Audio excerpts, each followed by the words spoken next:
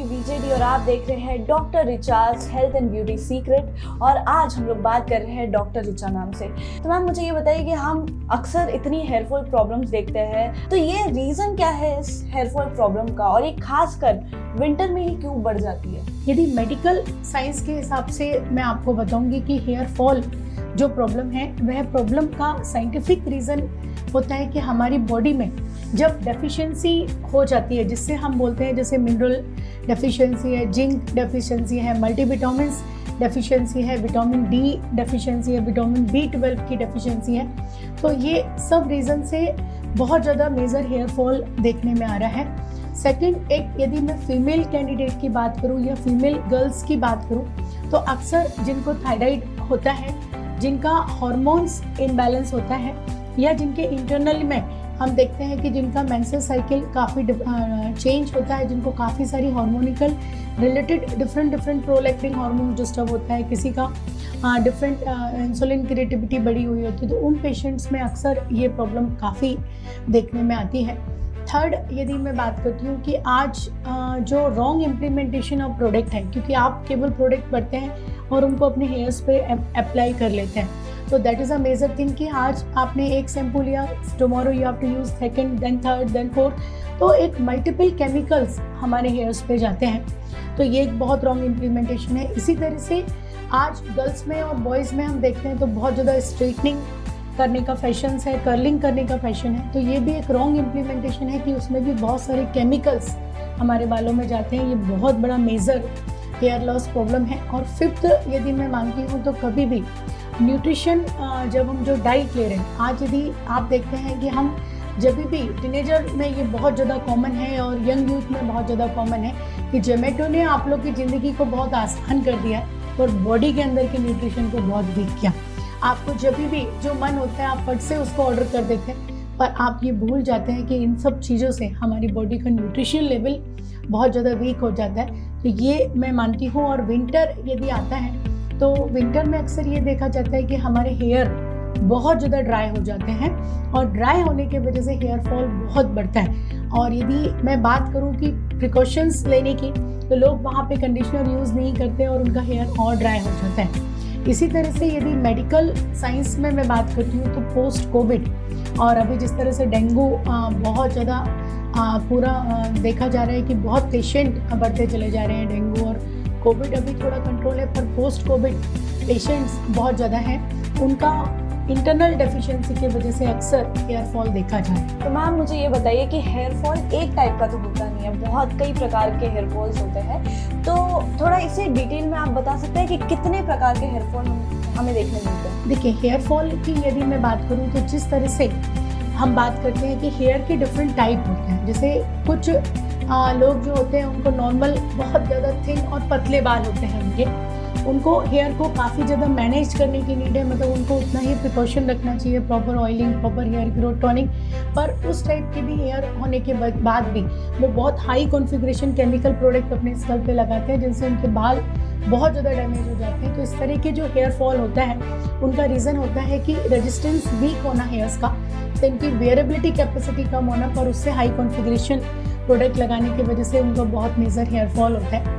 Second, एक देखा जाता है कि there is a two type of dandruff. एक डैंड्रफ होता है जो बहुत ऑयली डैंड्रफ होता है, and second is in the dry dandruff. तो अक्सर जिनके बाल बहुत ज़्यादा फ्रीजी होते हैं उनमें अक्सर ड्राई डैंड्रफ का बहुत ज़्यादा कंप्लेंट होता है। ड्राई डैंड्रफ में फ्रीकल्स हमारे स्कल्प में हो जाते हैं। आगे यदि हम बात करते हैं तो वो डर्मेटाइटिस में भी कम हो जाता है, समटाइम्स सेबोरिक डर्मेटाइटिस भी हो जाते हैं, जिससे पूरे स्कल्प में मल्टी इन्फेक्टेड लेयर बन जाती है। तो that is a major reason कि यदि सेबोरिक डर्मेटाइटिस होगा तो रूट तक हमारे हेयर काफ़ी वीक हो जाएंगे, और यदि एक बार रूट तक हेयर वीक हुए तो ये देखने में आता है कि हेयर रूट से ही स्ट्रेट फॉरवर्ड फॉल होने लगता है। थर्ड, यदि मैं बात करूँ तो जिस तरह से अभी मैंने कहा था कि केमिकल ट्रीटेड है, क्योंकि आज मैक्सिमम पेशेंट्स कोई कलर लगाता है तो कोई डाई यूज़ करता है, तो someone is use the henna and someone use in different product. तो एक जो फ्रीजी और ड्राई डैमेज हेयर हो जाता है, that is a major reason कि हम हेयर फॉल बहुत ज़्यादा बढ़ जाता है। तो हमको सबसे पहले ये समझना ज़रूरी है कि हमारे हेयर्स बहुत ज़्यादा ऑयली हैं, हमारे हेयर बहुत ज़्यादा फ्रीजी हैं, या अदरवाइज़ हमारे हेयर बहुत ज़्यादा ड्राई हैं। यदि आप अपने हेयर को समझ लेते हैं, हेयर के टाइप को समझ लेते हैं, अपने डिसीज़ को आप जानते हैं कि नहीं कि डर्मेटाइटिस है, कि नॉर्मल डैंड्रफ है, ऑयली डैंड्रफ है, या फिर हमारे हेयर में किसी और तरह का इन्फेक्शन है, तो देन डेफिनेटली आप उस हिसाब से यदि प्रॉपर प्रोडक्ट यूज़ करते हैं तो आप अपनी हेयर प्रॉब्लम को काफ़ी हद तक सॉल्व कर सकते हैं। बट यदि आप वहाँ पे रॉन्ग गाइडलाइन में जाते हैं तो ये आपको सफर द मोर प्रॉब्लम। तो मैम ये जो हेयर फॉल है, उनकी प्रॉब्लम्स है, तो क्या हम इससे रिकवर कर सकते हैं, इसे पूरी तरीके से ट्रीट कर सकते हैं? डेफिनेटली यदि हेयर की हम बात करते हैं तो हेयर प्रॉब्लम को सॉल्व करना बहुत इजी है, बट उतना ही हार्ड इसलिए है क्योंकि आपको उसको मेंटेन करना होता है। इजी इसलिए है कि यदि आप प्रॉपर गाइडलाइन, जैसे यदि आज मैं अपनी डॉक्टर रिचाज यूनिक क्लिनिक की बात करती हूँ, तो हम लोग firstly we have to diagnose your hair कि आपका हेयर टाइप कौन सा है, कि आपका हेयर ड्राई है, बहुत ज़्यादा ऑयली है, आपके हेयर में हेयर फॉल का रीज़न क्या है। यदि इनिशियल हेयर फॉल है तो हम उसको ओजोन मशीन देख के भी रिकवर कर सकते हैं। Ozone machine is a machine जिससे हम हेयर्स के पूरे पोर्च ओपन कर देते हैं, and then we have to giving the special hair fall products over there.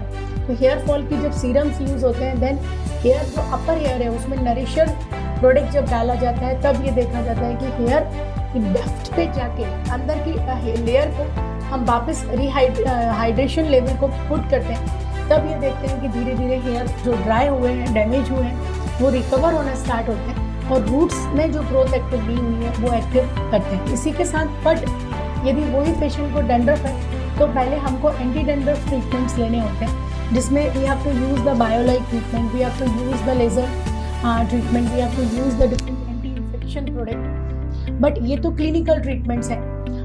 But clinical treatment के साथ में यदि हम आगे बात करते हैं तो कंपलसरी होता है कि पेशेंट को हम कुछ न्यूट्रिशंस, बायोटिन की कुछ मल्टीविटामिन्स की टैबलेट्स हैं, these are the we have the special research, हमारे पास कुछ रिसर्च वेट भी किट है जो यहाँ से हम लोग एक्सपोर्ट भी करते हैं। तो दैट इज़ अ थिंग्स कि वो जो किट है वो इतनी इफेक्टिव होती है कि यदि हार्मोनिकल प्रॉब्लम हो या किसी को हेरिडिटिकल बाल्डनेस हो या अदर कोई रीज़न से हेयर फॉल हो रहा है तो वो एक रिकवर किया जाता है। साथ में यदि हम बात करेंगे कि कुछ इम्प्लीमेंटेशन ऑफ प्रोडक्ट की, जैसे यदि हेयर फॉल है तो हमको hair growth tonic regular roots में लगाना है, साथ में हमको हेयर को प्रॉपर नरिश करना है, proper according to hair shampoo conditioners करने हैं, तो तब ये मानते हैं कि depth of cleaning is very important, regular implementation of product is very important and regular tablets is very important.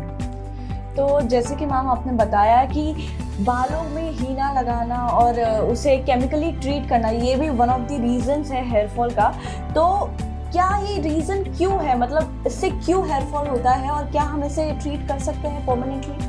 देखिए, नॉर्मली आज फैशन वर्ल्ड्स में इस तरह के बहुत सारे केमिकल कंपोजिशन प्रोडक्ट्स बनाए जा रहे हैं, जिनको हम फैशन वर्ल्ड के लिए तो बहुत अच्छा मान सकते हैं क्योंकि उससे हमारा लुक इम्प्रूव होता है, हेयर डिफरेंट कलर्स के हो जाते हैं, आपके डिफरेंट लुक, आप कर्ली हेयर को हम स्ट्रेट हेयर में कन्वर्ट कर देते हैं, स्ट्रेट हेयर को कर्ली हेयर में कन्वर्ट कर देते हैं, पर इसके पीछे जो केमिकल्स होते हैं इट्स वेरी हार्मफुल। यदि आप हेयर को कभी, जो केमिकल ट्रीटेड हेयर है उसको एक सिंगल हेयर आप लीजिए और उस हेयर की इलास्टिसिटी आप टेस्ट कीजिए, तब ये समझ में आ जाएगा कि जैसे ही आप उसको पुश करेंगे हेयर बीच से ब्रेक हो जाएगा। मीन्स इसका ये होता है कि इंटरनल जो कुटिकल होते हैं वो पूरे डैमेज हो चुके होते हैं। हेयर की जो एंड होता है, जब हेयर हमारे बहुत ज़्यादा डैमेज होते हैं तो हेयर बम्स से हेयर कनेक्टेड होता है, तो जब हेयर बम्स तक हेयर कनेक्टिविटी ब्रेक हो जाती है तब ये देखते हैं कि स्ट्रेट फॉरवर्ड हमारा हेयर फॉल होने लगता है। अक्सर आप देखो कि वो बाल बहुत ज़्यादा फ्रीजी, डैमेज, अनमैनेजेबल होने लगते हैं कि धीरे धीरे उन हेयर्स में कॉम ही नहीं होता है और हेयर आप जैसे ही कॉम करने जाते हैं तो there is a multiple hair fall is that. तो इन हेयर्स को मेंटेन तो बिल्कुल किया जा सकता है, पर सजेशन ये भी दिया जाता है कि आप अपने हेयर के टेक्सचर को चेक कीजिए। Don't go for the multiple chemical product. आप जितने केमिकल प्रोडक्ट यूज़ करेंगे उतना आपका हेयर अनएजेबल और डैमेज होता चला जाएगा। आप यदि जितना केमिकल प्रोडक्ट का कम यूज़ करेंगे, you have to very safe and you are make to hair healthy है। मैम ये तो आपने बहुत सही कहा। ये तो बात हो गई क्लिनिकल ट्रीटमेंट की। अगर हम बात करें डे टू डे ट्रीटमेंट की, जो हम घर पे रेगुलरली कर सकते हैं हेयर फॉल को प्रिवेंट करने के लिए, तो आप उसमें क्या सजेस्ट करना चाहेंगे? देखिए, उसके लिए मैं सभी से ये बोलना चाहूँगी, जिस तरह से आपके फेस की स्किन बहुत सुंदर होना चाहिए, वैसे ही आपकी हेयर हेल्दी, साइन और गुड लुक होना चाहिए। उसके लिए आपको मेंटेन करना है आपके हिसाब से प्रॉपर आपकी डीप क्लींजिंग। मतलब आपके हेयर में डर्ट नहीं होना चाहिए, डे टाइम में आपको ऑयल नहीं लगाना चाहिए। हाँ, ऑयल आपको यदि नाइट में एप्लीकेशन आपने किया है तो you have to wash in morning. Conditioner is a much important. जैसे जिस तरह से हमारी बॉडी को हम सारे पल्सेस से, बाकी फ्रूट से और डिफरेंट ग्रेन से हम प्रोटीन देते हैं, इसी तरह से हमारे हेयर्स को प्रोटीन के लिए बहुत इंपॉर्टेंट होता है कंडीशनर। यदि हम केवल शैम्पू करते हैं और कंडीशनर यूज़ नहीं करते हैं तो इन दैट टाइम हमारे हेयर बहुत काफ़ी फ्रीजी होते हैं, क्योंकि शैम्पू का नेचर होता है क्लिनजिंग, कंडीशनर का नेचर होता है प्रोटीन। तो जब हम वो प्रॉपर नरिशमेंट देते हैं तो हमारे हेयर हेल्दी होते हैं। दूसरा मैं ये बोलना चाहूँगी कि आप केमिकल प्रोडक्ट जितने अवॉइड कर सकते हैं, you have to avoid the product. Third thing होगा कि आपने ये प्रॉपर है, यदि मेल कैंडिडेट है तो every alternate days you have to wash your hair, और यदि फीमेल है तो मिनिमम वीक में 2 या 3 टाइम आपको अपने हेयर को डीप क्लिनजिंग करके शैम्पू करके नरिशमेंट देना है। यदि आपके हेयर बहुत ज़्यादा फ्रीजी हो रहे हैं तो आप seal and product, upper serum, ज़्यादा आपको प्रॉब्लम है तो जिस तरह से मेरी क्लिनिक है ट्राइकोलॉजी, आप बिल्कुल कंसल्ट करें और ये जाने कि आपका हेयर फॉल क्यों है, क्योंकि बहुत सारे मेडिकल रीज़न भी ऐसे होते हैं जो आप घर में नहीं जान पाएंगे, but we are the master on this thing. तो डेफिनेटली हमको अपने हेयर की केयर करना बहुत इम्पोर्टेंट है। Thank you so much Richa ma'am. आज आपकी वजह से हमें इतना कुछ पता चला हेयर फॉल के बारे में और उसके ट्रीटमेंट्स के बारे में। तो नेक्स्ट वीक भी हम बात करेंगे बाल्डनेस के ऊपर। तब तक के लिए जुड़े रहिए यूसीएम से।